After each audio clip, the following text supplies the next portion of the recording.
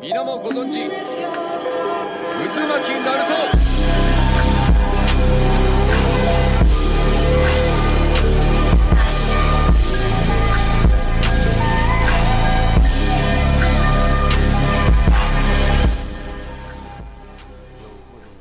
I just want to say quick before I start the video that in order to get me monetized, I need to up my watch hours in it. So if you are a true supporter of your boy, make sure to watch to the end of the video, as you know, I need those. I'm trying to make my bread. You know what I'm saying? So I'm not gonna talk too much. Anyways, I'm gonna start. Let's get into the video. Yo, what is up? It's your boy RJ in another building, and today we are doing a first time ever Q&A style video.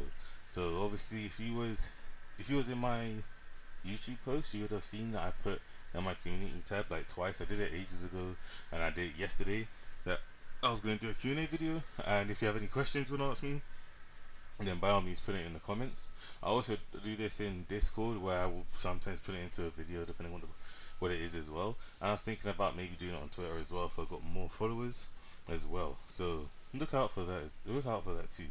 I also want to let you lot know that I do have an upcoming documentary style video of kind of like my journey in the game. A lot of people who have been a part of it or who have heard it, it is very motivational for them. So I'm hoping that maybe it might motivate you lot, as a lot of stuff happened. You know, it's a long story. I'm basically trying to get that done as well, but there will be a few things that I will do in the meantime, as it's taken a bit longer than expected. So without further ado, oh yeah, one thing I do want to mention before I start the questions is that obviously I've been away. I've been busy with studying and stuff, so I'm not going to be posting as actively.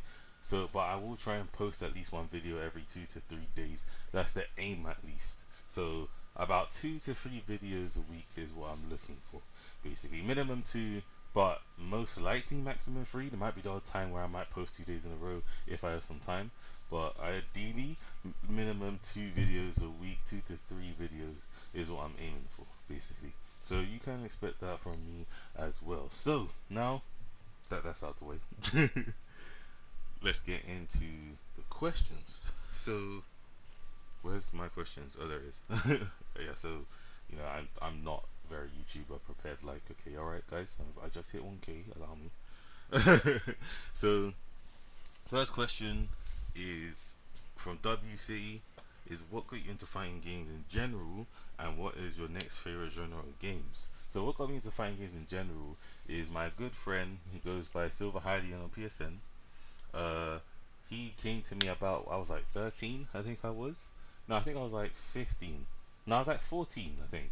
14, 15, with Tekken 6, basically, right?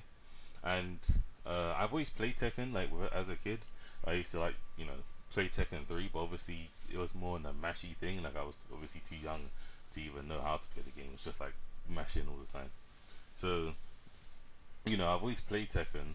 So I was like, yeah, we'll play Tekken. And I wasn't really big on gaming as it is. I've always liked games a lot, but I was more like outside sportsman, football, you know, playing. That was more me kind of thing. So I was playing him, and then he beat me up basically because he kind of learned how to properly play the game, like, in everything. And yeah, so because he beat me up due to that reason, I was like, yo, this looks sick. I want to learn how to do it. So he kind of taught me Tekken from there, the basics and intricacies and everything like that. And I kind of, you know, enjoyed it. So I had an eye out for Tekken in that reason. I didn't really properly learn anything else too tough like that. I was too busy like investing in Tekken. That's when I'll probably say Tekken was my favorite game at the time, because that was the only game that I actually took my time to learn, apart from, like, you know, Mario Kart and stuff like that. Um, so yeah, so that's basically what kind of got me into fighting games. And then I kind of found this game, which I'm sure you will see in my documentary style video, where you will see regarding me and this game and how I got into this game. And my next favorite genre of fighting games, I'm not actually sure. It's between like shooting games and I don't know. I don't think I have like a sole favorite other genre, because I like a lot, like, for different reasons. Like, I like single player games in terms of like content. I can't just sit down and play a single player game unless I really like it, like Last of Us, for example. but I also like shooting games, but I also like racing games. I also, do you know what I mean? I don't think I have a favorite genre outside of fighting games. I think fighting games definitely take first, but I don't know. I mean, we'll see. I'm not sure. So that's kind of like my answer to that. I don't really have a sole second. It's more like a mix. So the next question that I got was from Elder God, and he said, "Is there a way to use one character without switching and only use the characters as an assist at a high level, like one base characters and the others assist?" So he's talking about previous games to Storm 4, like where you don't have the switching. You have your main character, your main point character who's there, and you have two assists, which is basically two jutsus. Um, my opinion, no. Reason why is because switching as a fundamental is so strong that as soon as you fight someone that knows how to use that fundamental, which is switching, like there's gonna be so much stuff that you can't do. Do you know what I mean? Like your assist isn't always there, but your switching is there more than your assist because you gotta wait for that full bar. Now I'm not saying that you can't play with it. Like you can play. Like there was this player called T Parks who he plays without switching, and he is pretty. He's a solid player. Like he's beat people and all the rest of it. But there's just so much into switching now, and we're only finding more stuff with it that by not switching you're actually just handicapping yourself way too hard to play at a high level play, in my opinion. So in my opinion, if you're talking about high level, it's playable. Like you can play it, you can do good with it and all the rest of it, but at a high level, like if you're competing or anything like that, then no, I definitely would not recommend. The next question is Mango of Keys. This is one of my students of mine as well. I'm sure that you ought to know he's around a lot in streams and stuff like that. Is what do you think makes a good teacher, and what is it like to host the academy? So if you lot don't know, for anyone who's new, I do have an academy called WOD Academy. WOD being me, Mr. Air Force, and Poison Okami. That's what WD is. And then we run an academy which is mainly run by me. He does the tournaments, I got the academy. Mitch is kind of like somewhere in between. Does that make sense? Like I think he's got like his plans as well, kind of. And so what makes, I'll do the teacher one first. So what think I makes a good teacher? I think being how to explain it. In my opinion, there's a lot of people who in this community who would claim to be a teacher when they're more of a mentor, if that makes sense. They're not really a teacher, because for me what makes a teacher is it's not just saying, oh, do this, this is good, do this, this is good, this is good because of this, so you should implement it this way. Or even coaching someone, like it's a lot more than that. It's about knowing how to educate somebody with their mindset. Everybody has a mindset. I've been teaching for years now, right? I've met a lot of different students, good students, some bad students, students that don't listen, students that think they know everything, students that know nothing. I've taught a lot of people, and being able to still get information through and get that clear, like for example the people that know nothing, being able to put them in the right step to not overwhelm them, but the people who think they know everything, breaking it down to them that you need to dial it back a bit to truly understand because you've missed some important parts. you know Being able to identify that and working around that, having that patience as well. Patience is a very big part of teaching. You have to have patience. If you don't have patience, you're not, it's not gonna happen, right? But that is what kind of makes a good teacher. It's not so much the knowledge you can make. Like there are top players that will probably be bad teachers, and there are probably like intermediate such high level players that might be better teachers. So it's not about skill. A lot of people think, oh, he's good, so he can teach me. No, he's good, but that doesn't mean that he can get the information that you need across to you. You see what I'm saying? So that's why I say if you're looking for a teacher, you want somebody who's knowledgeable, but you also want somebody that has good communication skills, that can communicate, and have a deep understanding of how to benefit you. And what is it like to host the academy? Stressful, time consuming, frustrating at times, but also kind of proud as well. Like this was something that me and me and Poison have spoke about in ages. And even though there's a lot of issues that come with Rare Academy because you're dealing with a lot of people at once, like the first generation, there was a lot more issues, like in the first generation. But there was also a lot of success. A lot of the first generation became very strong players. MK, Cold, Spades, this anime, um, Piff as well. There's a lot like Ace, May, Jaheim. Yeah, like they all became pretty solid players in the first generation. So even though there was a lot of issues, there was also a lot of success in that regard. So yeah, it's very frustrating, but once you get the results, then it's kind of all worth it. Um, Mr. Tippy says, were there any other games before the Naruto Storm series that you played competitively, and if yes, what are they? So I played Overwatch competitively. I've played Tekken 7 competitively as well. um like officially competitively. Like I've done other stuff. Like I played Smite. I played a tournament in Smite, but it's kind of like one tournament in scrims. But those two games are ones I played properly competitively. Like had a team in Overwatch, super good in Overwatch. Tekken, entered tournaments, beat people, played top players, and all the rest of it. So those are the two. Those are the games that I played competitively.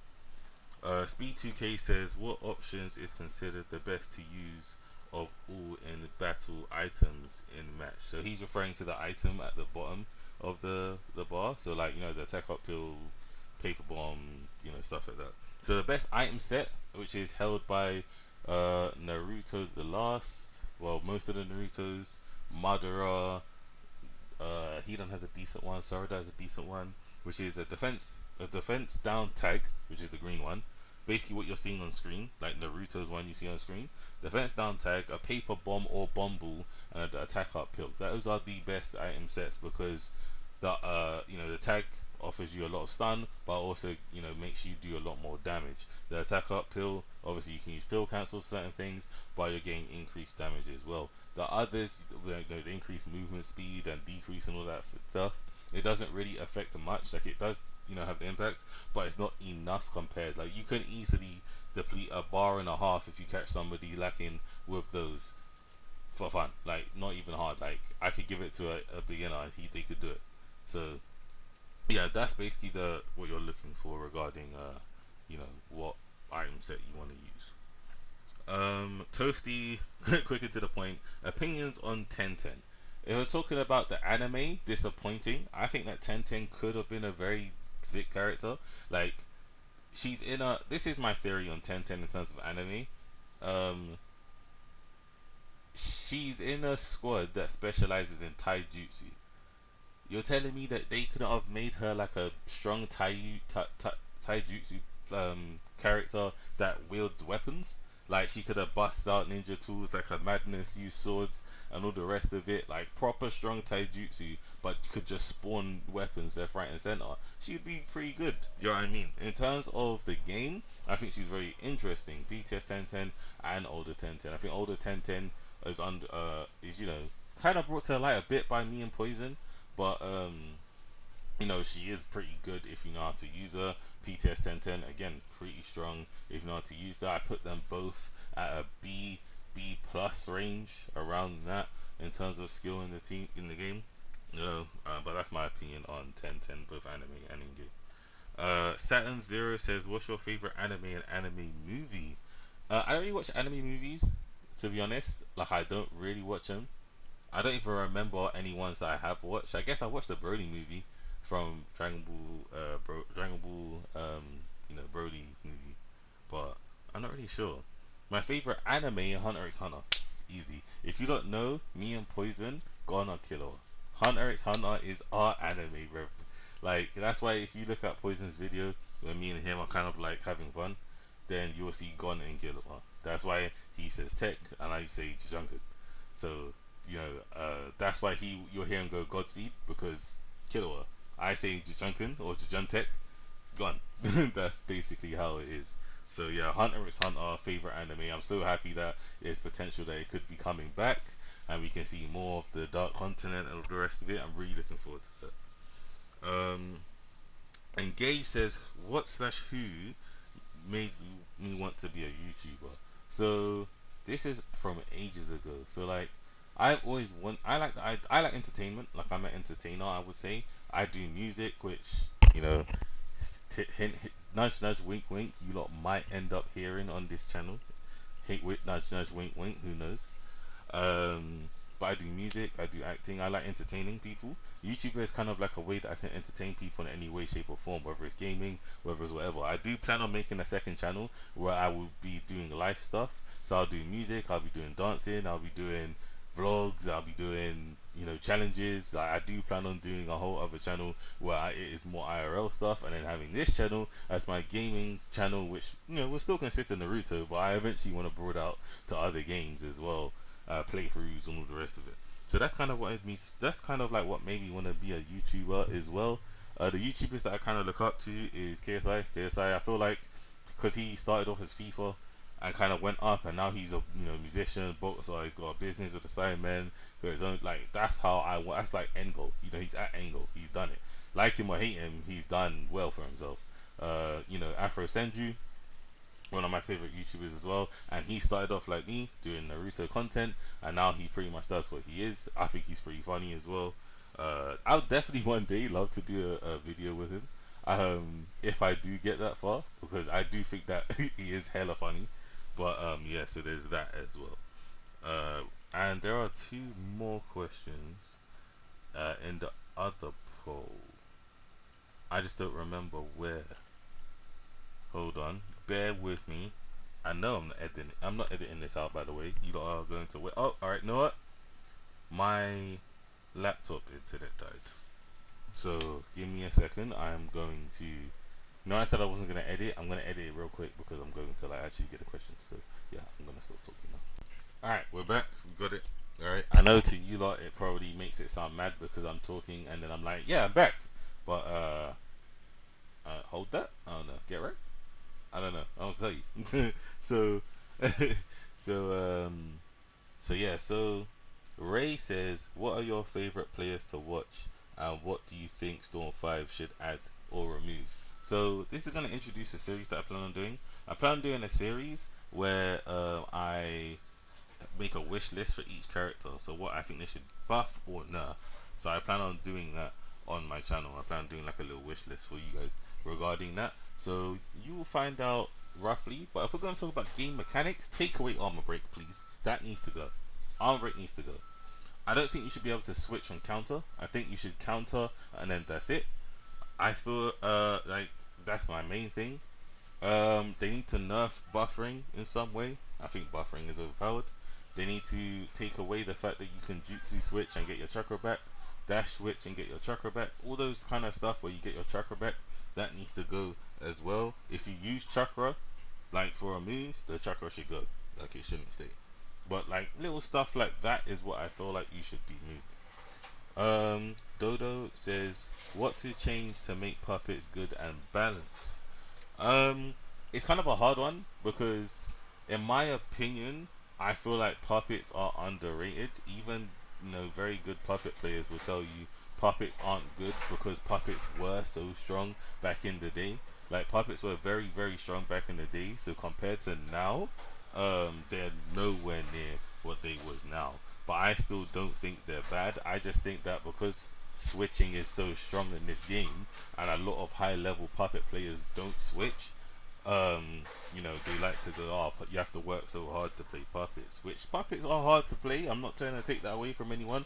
Puppets are a hard character to play, and I rate people who use puppets, but I do think they are a bit underrated. But I also do feel like they do need a bit of buffs, like for example making Sazori's combo not with, do you know what I'm saying, stuff like that. you know that's what I think, at least. Like there are, it's more character specific, not puppets in general. And the final question is fundamentals versus tech. This is from WC again. Fundamentals versus tech, who wins? I can't give you a definitive answer because it depends on the player. Fundamentals isn't superior to tech, and tech isn't superior to fundamentals. There are people who don't have a lot of fundamentals. I'm not going to call people out, but there's people who don't have a lot of fundamentals that win matches, and there are people who, you know, um, have, you know, fundamentals over tech that win matches. So I think that you just need a balance of both.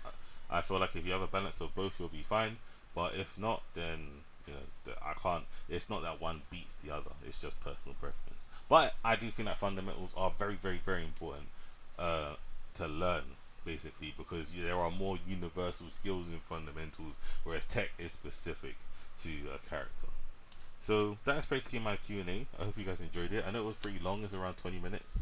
But yeah, I hope you guys enjoyed it. If you get to the end of the video, then please comment down below. I'm gonna steal Hokage Adrian's word and comment down the road, Google it. So if you get here, then comment down below, Google it, and you're a real one, basically. That's how I know that you are a real one. So without further ado, I bid you guys farewell. Peace, sayonara, and adios.